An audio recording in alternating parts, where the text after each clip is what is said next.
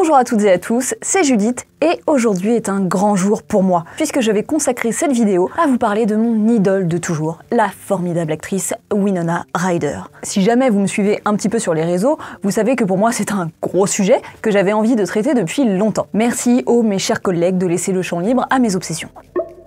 Salut tout le monde, je pique la place à Judith juste 2 minutes pour vous parler de Kill the Rich, le nouveau roman de la saga du Bourbon Kid disponible aux éditions Sonatine et que l'on doit à un auteur toujours anonyme mais toujours aussi acide et brut de décoffrage. Plus précisément, Kill the Rich est le 10e volume de cette saga littéraire assez unique en son genre. Elle prend place dans un univers foisonnant et très référencé, surtout du côté de la culture populaire, si bien qu'il a souvent été comparé à du Tarantino mélangé à du Carpenter. Chaque livre est une nouvelle plongée dans un monde de série B généreuse où le pape, Dieu et le comte Dracula coexistent avec des sectes de ghouls, de loups-garous ou de sorcières, ce qui entraîne son lot de bastons, des bastons violentes qui ne terminent jamais autrement que dans un bain de sang et de viscères. Plus globalement, cet univers mêle le western, l'action, le fantastique, le polar politique et la science-fiction, bref, tout un tas de genres qui se percutent non sans prendre plaisir à faire des dégâts. Et Kill the Rich ne fait clairement pas exception. On retrouve donc le Bourbon Kid, ce fameux tueur impitoyable qui carbure au Bourbon, et le reste des Dead Hunters, cette bande d'anti-héros que rien n'effraie ni n'arrête,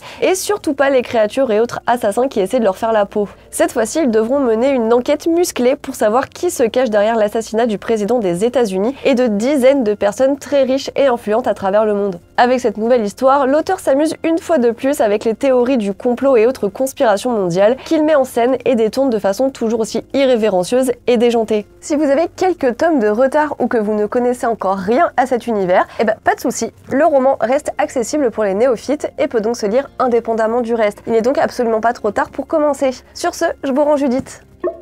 Winona Ryder, c'est une actrice américaine que vous avez vue et aimée dans des films cultes des années 90 comme Beetlejuice, Édouard de Main d'Argent ou Alien la Résurrection. Et vous l'avez redécouverte en 2016 dans la série Netflix Stranger Things où elle incarne Joyce Byers, la mère de Will, le petit garçon qui disparaît dans la première saison et avec qui elle communique à travers des guirlandes de Noël. À l'époque, il a beaucoup été question du grand comeback de la comédienne. Pourtant, si on regarde bien entre ces deux périodes, figurez-vous que Winona Ryder ne s'est jamais arrêtée de tourner. Elle a même conservé une bonne moyenne d'environ un film par an. Alors pourquoi est-ce qu'on a l'impression qu'elle a connu une telle chute à un moment donné dans son parcours, une telle traversée du désert avant de se rappeler à notre bon souvenir avec Stranger Things? Évidemment qu'il y a cette histoire de vol à l'étalage qui a fait beaucoup de bruit à l'époque, mais ça n'explique pas tout, loin de là. Surtout quand on voit les dingueries que les stars nous font tous les jours sans que ça remette nécessairement en question leur succès. En ce qui concerne Winona Ryder, les tenants et les aboutissants de sa carrière en dents de scie ne sont pas si simples à démêler. Et en vous parlant de son parcours, je vais vous expliquer un peu tout ce que je trouve de si fascinant chez cette actrice, mais je vais aussi tenter de vous démontrer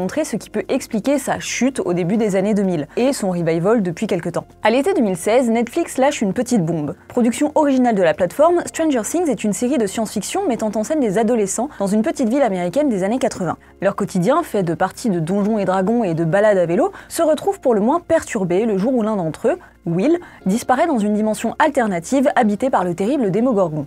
Jouant à la fois sur un casting jeune et son ambiance très teenage, mais aussi sur les codes des productions Amblin des années 80, la série en appelle autant à la nouvelle génération qu'à celle du dessus, encore habitée par le souvenir nostalgique des films comme E.T., Les Goonies ou Stand By Me. Bref, vous vous rappelez sûrement, mais Stranger Things fait un carton. À la croisée des chemins entre Super 8 sorti en 2011 et les nouvelles adaptations de ça sorties en 2017 et 2019, la série surfe au sommet de la vague revival des 80s et touche en plein dans le mille. Et au milieu de ce succès, il y a Winona Ryder, la comédienne qui séduit le public et la critique dans le rôle de la mère à la fois éplorée et combative du jeune Will. Si son personnage est plus ou moins secondaire, c'est officiellement elle la star de la série parce qu'elle est la plus connue du casting et que son rôle est l'un des plus marquants et populaires de la série. Remportant de nombreuses récompenses pour sa performance, Ryder est sous les projecteurs. Ou devrais-je dire, revenu sous les projecteurs. Parce que oui, la presse de l'époque ne lésine pas sur l'effet comeback. Même si le public plus jeune de la série ne la connaît pas forcément, pour les gens de ma génération et de la sienne, Stranger Things, c'est avant tout le grand retour de Winona Ryder. Mais elle revient d'où exactement? Parce que comme je le disais plus tôt, il n'y a pas eu de période de sa vie où elle s'est complètement arrêtée de tourner, par choix ou par manque d'offres. Pourtant, on ne peut pas nier que tous les films qui ont fait la Winona Ryder emblématique et qu'on connaît, et sur le souvenir desquels jouait clairement le casting de Stranger Things, ils datent des années 90, ou toute fin 80. En l'espace de seulement 10 ans et à un âge particulièrement jeune, cette actrice a réussi à s'incruster avec talent dans la filmographie de réalisateurs reconnus comme Tim Burton, bien sûr, Francis Ford Coppola, Jim Jarmusch ou encore Martin Scorsese, pour ne citer qu'eux. Ça s'est un peu calmé par la suite, malheureusement. C'était un début de carrière particulièrement brillant sur lequel on va revenir, mais qui malheureusement n'a pas duré. Des carrières dont l'existence ou la partie la plus intéressante ne dure qu'une petite dizaine d'années à Hollywood, il y en a des tonnes. Et chez les actrices encore plus que chez les acteurs. Parce qu'il y a cette fameuse malédiction sexiste qui fait que le monde du cinéma ne vous considère plus assez désirable et donc pas montrable à l'écran dès que vous atteignez la trentaine. Ou encore pire, la quarantaine. Et oui, Hollywood n'aime pas voir ses Blanche-Neige devenir les méchantes belles-mères qu'il a lui-même inventées. Bref, je ne vais pas m'étendre sur ce problème-là parce que j'en aurais pour 3 jours, mais toujours est-il qu'on pourrait se dire que la carrière de Winona Ryder a piqué du nez à partir des années 2000, tout simplement parce que son physique de petite biche ingénue qui lui a valu beaucoup de rôles de femme-enfant, comme on dit, supporterait mal de vieillir. Et c'est sans doute l'une des raisons, effectivement.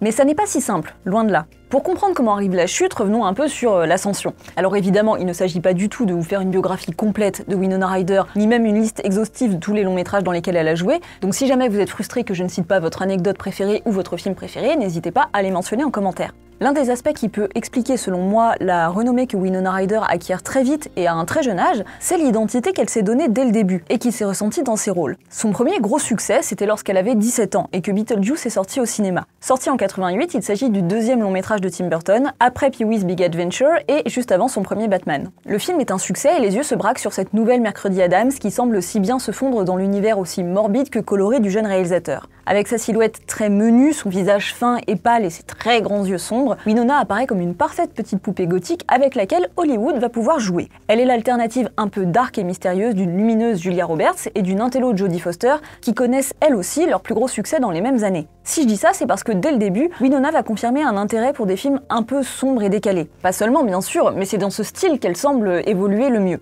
Un an après Beetlejuice, Winona est l'héroïne du film Fatal Games, plus connu sous son titre original Heathers. Dans cette comédie noire, la jeune actrice incarne Veronica Sawyer, une lycéenne qui subit un peu trop ses soi-disant amis, 3 filles de riches méprisantes qui s'appellent toutes Heather. Avec l'aide de son petit ami incarné par Christian Slater, autre star en devenir, elle va se venger un petit peu plus fort qu'elle ne l'avait imaginé. Le film est à la fois drôle et cruel, avec un ton souvent surréaliste et décalé. À l'époque, Winona a un coup de foudre pour ce projet et tient absolument à tourner dedans. Mais son agent la supplie de ne pas le faire, arguant qu'un tel film nuirait à son image. Âgée de même pas 18 ans, Winona vire cet agent et accepte le rôle, bien décidée à privilégier ses choix artistiques plutôt que son image publique. La suite lui donne raison parce que même si le film fait un flop au box-office, il devint rapidement culte et contribua à l'image singulière, à la fois indé et sombre mais fun, que sa carrière commençait à avoir. Je passe un peu sur les films moins connus parce qu'ils ont moins marqué son parcours, mais Winona enchaîne les projets aussi variés qu'étranges. Entre 90 et 93, elle aligne Édouard en main d'argent, le nouveau conte gothique de Noël signé Tim Burton,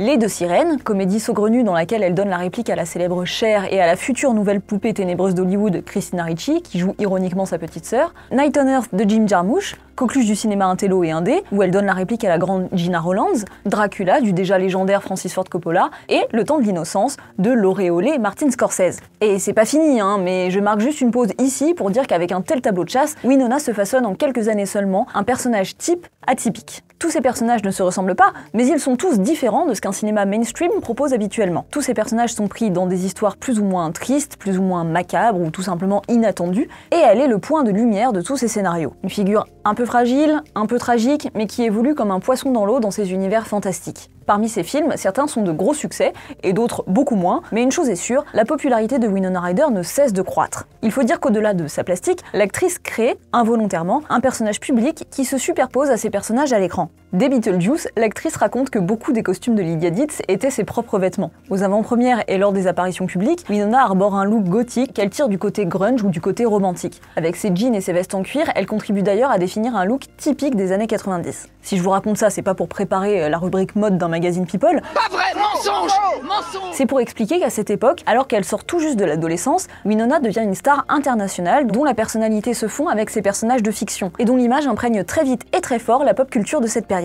Elle est un peu celle qui prouve que la détraquée, profil type mis en scène sous les traits d'Ali Sheedy dans le Breakfast Club en 1985, peut devenir une star glamour et adulée sans en passer par la case transformation avec robe à fleurs et serre-tête de petite fille bien sage. Mais au-delà du look, du style, du charme ténébreux, etc., Winona Ryder apporte autre chose à sa carrière qui permet encore de la démarquer des autres. Élevée dans un milieu intellectuel et très littéraire, ses parents étaient des amis proches d'auteurs comme Allen Ginsberg, Aldous Huxley ou Philip K. Dick. Très tôt, Winona se passionne donc pour la lecture. Beaucoup des films dans lesquels elle tourne sont des adaptations littéraires, et ça n'est pas un hasard. C'est elle qui privilégie ses choix, comme avec son implication dans le film Les 4 filles du Dr March, où elle tient le formidable rôle de Joe March sous la direction de Gillian Armstrong, mais ça vaut aussi pour Dracula avant ça, et surtout pour La chasse aux sorcières. Réalisé par Nicholas Hytner et sorti en 1996, il s'agit d'une adaptation de la pièce d'Arthur Miller, publiée en 1952, Les sorcières de Salem. Winona est fan d'Arthur Miller et de la pièce depuis longtemps, et dès qu'elle a vendu le projet, elle fait tout ce qu'elle peut pour en faire partie. Avec l'aval de Miller et de Daniel Day-Lewis, l'acteur principal avec qui elle a déjà tourné Le temps de l'innocence, elle est choisie pour incarner la dangereuse Abigail. Winona est aussi particulièrement motivée par ce rôle parce que pour une fois, elle incarne une véritable peste plutôt que la fille vulnérable avec laquelle le spectateur est en empathie. Et oui, Winona Ryder, du haut de son jeune âge et de sa silhouette frêle, c'est une actrice qui sait ce qu'elle veut et qui a de véritables ambitions artistiques pour sa carrière. Ça tombe bien parce que très rapidement, elle commence à avoir un véritable pouvoir à Hollywood du fait de son succès. Je citais juste avant Les 4 filles du Dr March, c'est un film qui n'a pu se monter que parce qu'elle a accepté le rôle, par exemple. Sans sa participation, qui lui a d'ailleurs valu une nomination à l'Oscar de la meilleure actrice, le film n'aurait sûrement jamais vu le jour. Et dans ce film au casting bourré de futures et actuelles stars, parmi lesquelles Susan Sarandon, Gabrielle Byrne, mais aussi Claire Danes et une très jeune Kirsten Dunst, on trouve un Christian Bale dans le creux de la vague. Enfant star sous la caméra de Spielberg quand il était adolescent, l'acteur enchaîne depuis des rôles parfois intéressants mais rarement reconnus. C'est Winona Ryder qui le remarque et insiste pour qu'il obtienne le rôle de Laurie, le charmant voisin des sœurs March. Alors c'est pas ce rôle-là qui va le faire décoller, lui, on est d'accord, mais toujours est-il que Winona a ce pouvoir d'attribuer ce type de rôle et qu'elle a plutôt le nez creux. Sur ce film, elle retrouve d'ailleurs Denise Dinovi, qui était aussi la productrice d'Edouard de Main d'Argent. Celle-ci fait comprendre à l'actrice que ses avis et ses choix comptent et qu'il ne faut pas qu'elle hésite à s'affirmer, alors qu'elle avait l'habitude jusque-là d'être plutôt une petite chose mignonne qu'on n'écoutait pas trop parler. D'ailleurs, elle décide de faire dédier le film à Polly Klaas, une petite fille de 12 ans dont le roman préféré était Les 4 filles du Dr March de Louisa May Alcott, et dont l'enlèvement et l'assassinat ont créé l'émoi aux États-Unis à l'époque de la préparation du film. Winona Ryder s'était à l'époque investie dans les recherches de la petite fille et a créé par la suite la Polly Klaas Foundation, destinée à aider la recherche d'enfants disparus. Et en parlant d'affirmer ses choix, Winona Ryder a commencé à le faire 2 ans auparavant sur un projet particulier. Parce qu'il faut savoir que c'est entièrement grâce à elle que le fameux Dracula de Coppola, dont je parle à peu près jour et nuit, a été réalisé par Coppola. À l'époque, c'est à elle que le scénario de James V. Hart est envoyé en premier lieu. Et si elle a envie de faire le film, elle aura le droit de décider qui le réalisera et aura un droit de regard sur son partenaire principal à l'écran, en l'occurrence Gary Oldman. Comme Winona avait dû, peu de temps auparavant, annuler sa participation au tournage du Parrain 3 dans lequel elle devait incarner Marie Corleone, elle propose le script à Coppola pour leur redonner une chance de tourner ensemble. Le reste appartient à l'histoire parce que naîtra de cette collaboration ce que j'estime être un grand chef-d'œuvre, une œuvre baroque et sublime dans laquelle l'actrice est éclatante. Pour la petite histoire, ça n'est malheureusement pas la vie de Winona Ryder qui aura vécu le tournage dans la souffrance, ayant des méthodes de travail différentes de Coppola et de Gary Oldman. Par méthode de travail, j'entends par exemple la fois où le réalisateur a cru bon d'insulter son actrice des pires noms pour la rendre vulnérable devant la caméra, une chose qu'Anthony Hopkins et Keanu Reeves avaient eux-mêmes refusé de faire. Coppola négocia rapidement avec l'équipe de l'actrice pour qu'une version officielle soit établie, selon laquelle il aurait simplement demandé à Gary Oldman de lui murmurer des horreurs à l'oreille. Ça tombe bien, vu que les deux acteurs ne pouvaient pas se blairer sur le plateau, ça devait vraiment mettre une bonne ambiance. Par ailleurs, Winona a fini par être déçue par l'écriture de son personnage qui n'est, il faut bien le dire, pas super moderne et complexe. Mais personnellement, je trouve que c'est justement l'interprétation qu'elle en fait qui change tout, dans un style tout en théâtralité et en sensibilité qui convient magnifiquement au ton de cet incroyable spectacle. Bref, ce qui nous intéresse ici, c'est qu'à même pas 20 ans, Winona Ryder est à l'origine de la production d'un magnifique film réalisé par l'un des plus grands et qui fera un carton au box-office. L'un des autres rêves que l'actrice aura réalisé durant ses quelques années de carrière, c'est de tourner sous la direction de Martin Scorsese, le réalisateur qu'elle admire le plus. Un beau jour, le réalisateur la contacte pour lui offrir un rôle dans son grand film romantique, Le temps de l'innocence, dont les têtes d'affiche sont Daniel Day-Lewis et Michelle Pfeiffer. Son rôle est secondaire, mais cette expérience restera l'une des plus chères au cœur de l'actrice, dont elle parle toujours avec émotion et des étoiles dans les yeux. D'ailleurs, quelques années plus tard, en 1998, elle recroisera la route de Scorsese à Cannes quand elle sera membre du jury du Festival de Cannes, dont il est président. D'ailleurs, dans ce même jury, Winona officie auprès de Sigourney Weaver, avec qui elle a partagé l'année précédente l'affiche d'Alien Résurrection, réalisée par Jean-Pierre Jeunet. Là encore, c'est un rêve qui se réalise pour l'actrice, parce que lorsqu'elle n'avait que 10 ans, sa mère lui avait montré le premier Alien, et la petite Winona était instantanément devenue fan de Sigourney Weaver et du personnage de Ripley, dans lequel elle voyait un rôle modèle de femme badass, beaucoup plus intéressant que les autres héroïnes. Est-ce que c'est l'une des raisons qui a forgé la préférence de l'actrice pour le cinéma de genre ?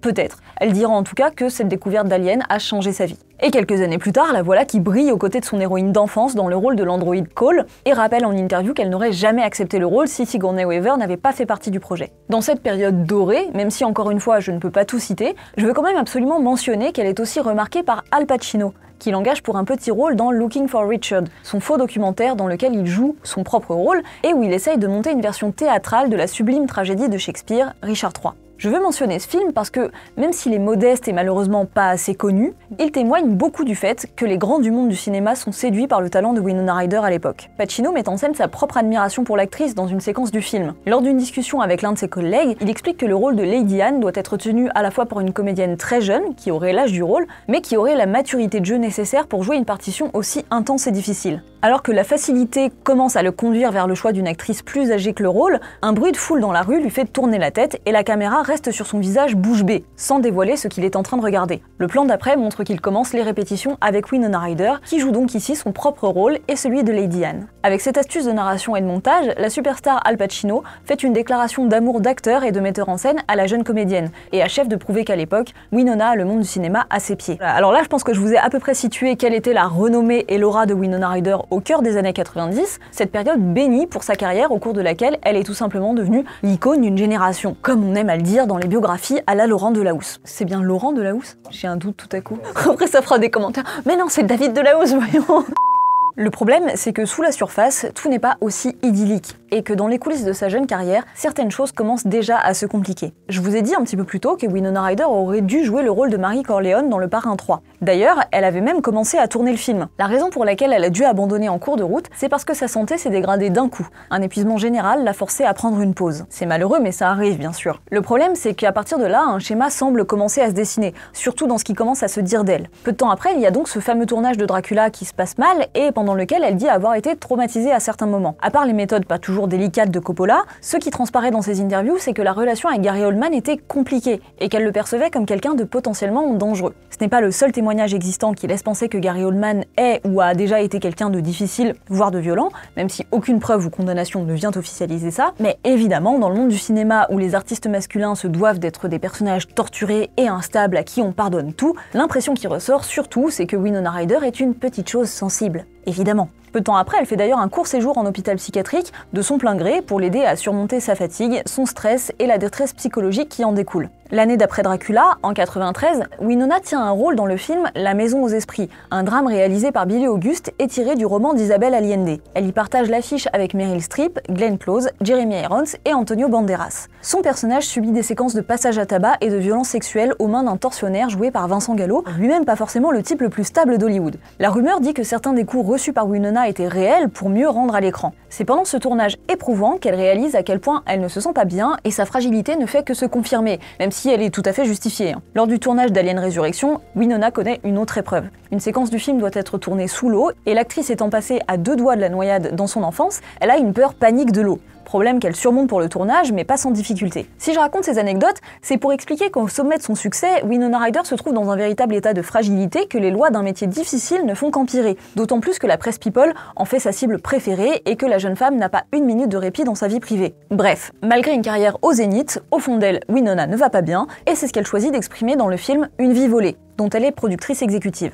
Réalisé par James Mangold et sorti au cinéma en 99, ce long métrage qui propulsera Angelina Jolie est tiré d'un roman autobiographique de Susanna Kaysen et raconte le séjour en hôpital psychiatrique d'une jeune femme. Winona Ryder est moteur du projet et tient à jouer le rôle principal comme une manière de raconter ce que elle a ressenti durant son propre internement. C'est également elle qui choisit James Mangold pour le réaliser. Malheureusement, ce film très touchant est aussi le dernier de l'âge d'or de la carrière de l'actrice, parce qu'on arrive bientôt au fameux scandale qui fait tout basculer. Alors je vais vous la faire courte sur cette histoire parce qu'honnêtement je trouve qu'on s'en fiche un peu et c'est raconté en long, en large et en travers sur tous les sites People depuis 20 ans. Mais bref, en 2001, alors qu'elle a 30 ans, Winona Ryder est arrêtée pour vol à l'étalage après avoir été filmée en train de sortir d'un magasin chic avec plus de 5000 $ de fringues pas payées. La presse en fait ses choux gras et ne la rate évidemment pas. Il est établi que l'incident est lié aux effets secondaires des antidouleurs dont elle est devenue dépendante. Elle est condamnée à des travaux d'intérêt général et à une amende. Rien de bien grave, on pourrait croire, des dingueries bien pires on en voit tous les jours à Hollywood, mais dans le cas de Winona Ryder, ça ne passe pas.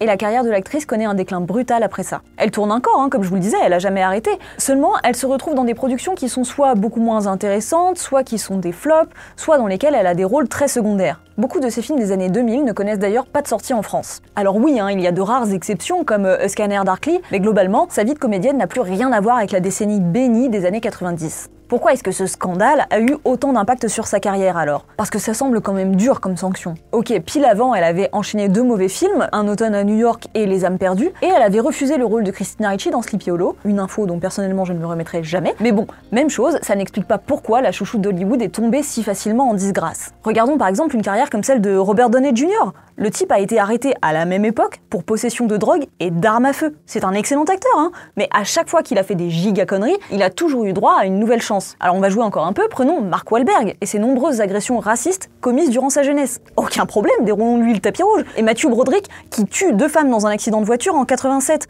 Mais pas de souci à envoyer les rôles et les scénarios. Pourquoi est-ce que Winona Ryder paye beaucoup plus cher une instabilité psychologique, somme toute assez inoffensive, alors que ses confrères ne payent pas des choses beaucoup plus graves et révélatrices d'un comportement dangereux? Selon moi, il y a 3 explications principales, toutes plus cyniques les unes que les autres. La première, c'est les compagnies d'assurance. Quand vous tournez un film avec une star, vous faites assurer cette star pour pas vous retrouver dans la merde en cas de pépin. Le problème, c'est que si la star en question donne l'impression de pouvoir vous claquer entre les doigts, les compagnies d'assurance vont vous faire payer un max pour prendre le risque de l'assurer. C'est ce qui se passe avec Winona Ryder, qui a malheureusement parfois été peut-être un petit peu trop transparente pour son propre bien sur son mal-être. En 2004, par exemple, Woody Allen sort au cinéma Melinda et Melinda, un film pour lequel il voulait caster Winona Ryder et justement Robert Downey Jr. Et bien suite au démêlé judiciaire des 2 acteurs, ceux-ci ont été impossibles à assurer et donc à engager. Ce qui est terrible, c'est qu'on a l'impression que ça vaut surtout pour les déboires des stars qui deviennent publics, parce que nombre de comédiennes et comédiens font des trucs beaucoup plus tarés chaque jour sur des tournages sans que ça leur porte préjudice. Mais bref, on sous-estime trop souvent cette raison pour expliquer la chute de Winona Ryder.